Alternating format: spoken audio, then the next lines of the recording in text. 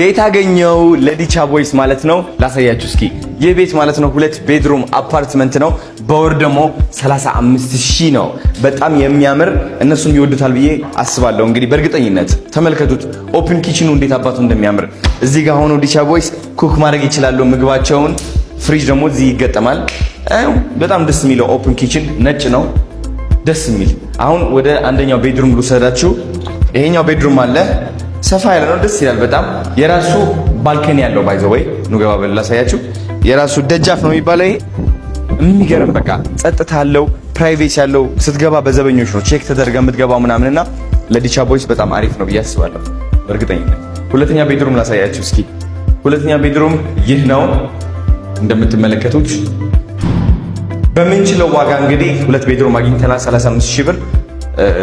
በጣም ነው የተንከራተትነው ቤት ኪራይ ለማግኘት ከባድ ነበረ። ይህ ሽንት ቤቱ ነው እንደምታዩት፣ የሚገርም ሻወር ነው እዚህ ገባችኋ? ጸዴ በጣም መብራት ደግሞ አይጠፋም እዚህ ባይ ዘ ወይ ዘበኞች አሉ፣ መብራት አይጠፋም፣ ውሃ አይጠፋም።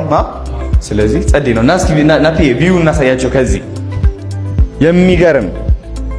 አሁን ደግሞ ምን እንደሚቀር ታውቃላችሁ? ያው ይታያል፣ ፈርኒቸር ነው የሚቀረን።